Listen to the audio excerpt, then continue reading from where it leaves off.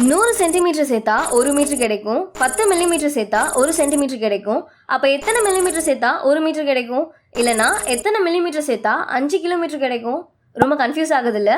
இதை ஈஸியாக எப்படி கன்வெர்ட் பண்ணுறதுன்னு இன்னைக்கு பார்க்கலாம். கன்வர்ஷன்ஸ்குள்ளே போகிறதுக்கு முன்னாடி சில பேசிக்ஸை நாம் தெரிஞ்சுக்கணும். இதில் மீட்டர் தான் ஸ்டாண்டர்ட் யூனிட். மீட்டரை விட கம்மியான வேல்யூஸை சப் மல்டிபிள்ஸ்னு சொல்லுவோம். மீட்டரை விட அதிகமான வேல்யூஸை மல்டிபிள்ஸ்னு சொல்லுவோம். மீட்டரோட sub multiples decimetre, centimetre and millimetre. And மீட்டரோட multiples decametre, hectometre and kilometre. நம்ம யூஸ் பண்ணுற நார்மல் ஸ்கேலில் 0லேருந்து 1க்குள்ளே இருக்க இந்த 10 நம்பர்ஸ் சேர்த்தாதான் நமக்கு 1 சென்டிமீட்டர் கிடைக்கும். அதாவது இது ஒன்னொன்னும் மில்லிமீட்டர்ஸ். அப்போ 10 மில்லிமீட்டர் சேர்த்தாதான் நமக்கு 1 சென்டிமீட்டர் கிடைக்கும். இந்த மாதிரி ஒரு 100 சென்டிமீட்டர்ஸ் இருக்கிறது தான் நம்ம 1 மீட்டர்னு சொல்லுவோம்.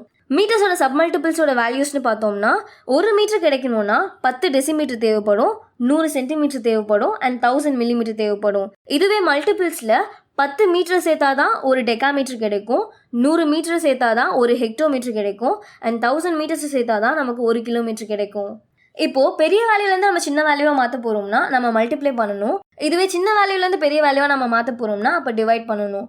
ஃபார் எக்ஸாம்பிளுக்கு இந்த 5 மீட்டர்ஸை நான் சென்டிமீட்டராக கன்வெர்ட் பண்ண போகிறேன்.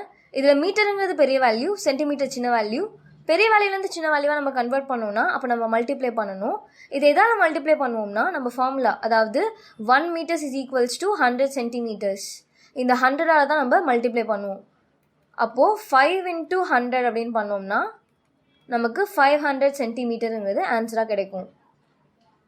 இதுவே இந்த 500 சென்டிமீட்டரை நான் மீட்டராக கன்வெர்ட் பண்ண போகிறேன்னா இதில் சென்டிமீட்டருங்கிறது சின்ன வேல்யூ, மீட்டருங்கிறது பெரிய வேல்யூ. அப்போ சின்ன வேல்யூலேருந்து பெரிய வேல்யூவாக நம்ம கன்வெர்ட் பண்ணுறோம்னா அப்போ நம்ம டிவைட் பண்ணணும். இப்போ இந்த 500 நம்ம 100ஆல் டிவைட் பண்ணோம்னா ஜீரோஸ் எல்லாமே கேன்சல் ஆகி நமக்கு 5 மீட்டர்ஸ் அப்படிங்கிறது ஆன்சராக கிடைக்கும். இதே மாதிரி தான் மில்லிமீட்டர்ஸ், டெசிமீட்டர்ஸ் எல்லாத்துக்குமே நம்ம யூஸ் பண்ணுவோம். இப்போ இன்னொரு எக்ஸாம்பிள்னு பார்த்தோம்னா இதே 5 மீட்டர்ஸை நான் மில்லிமீட்டர்ஸாக கன்வெர்ட் பண்ண போகிறேன். இதில் மீட்டருங்கிறது பெரிய வேல்யூ, மில்லிமீட்டர் சின்ன வேல்யூ. அப்புறம் நம்ம மல்டிப்ளை பண்ணுவோமா? எதால் மல்டிப்ளை பண்ணுவோம்னா 1000ஆல்.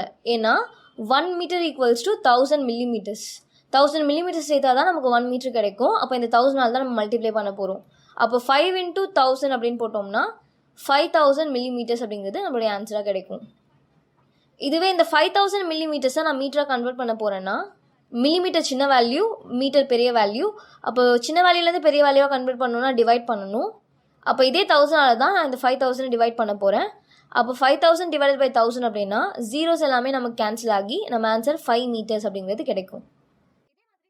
இதே மாதிரி கன்வர்ஷன் பேஸ் பண்ணி நிறைய சம் பார்க்கணும் அப்படின்னா கமெண்ட்ஸை தெரியப்படுத்துங்க.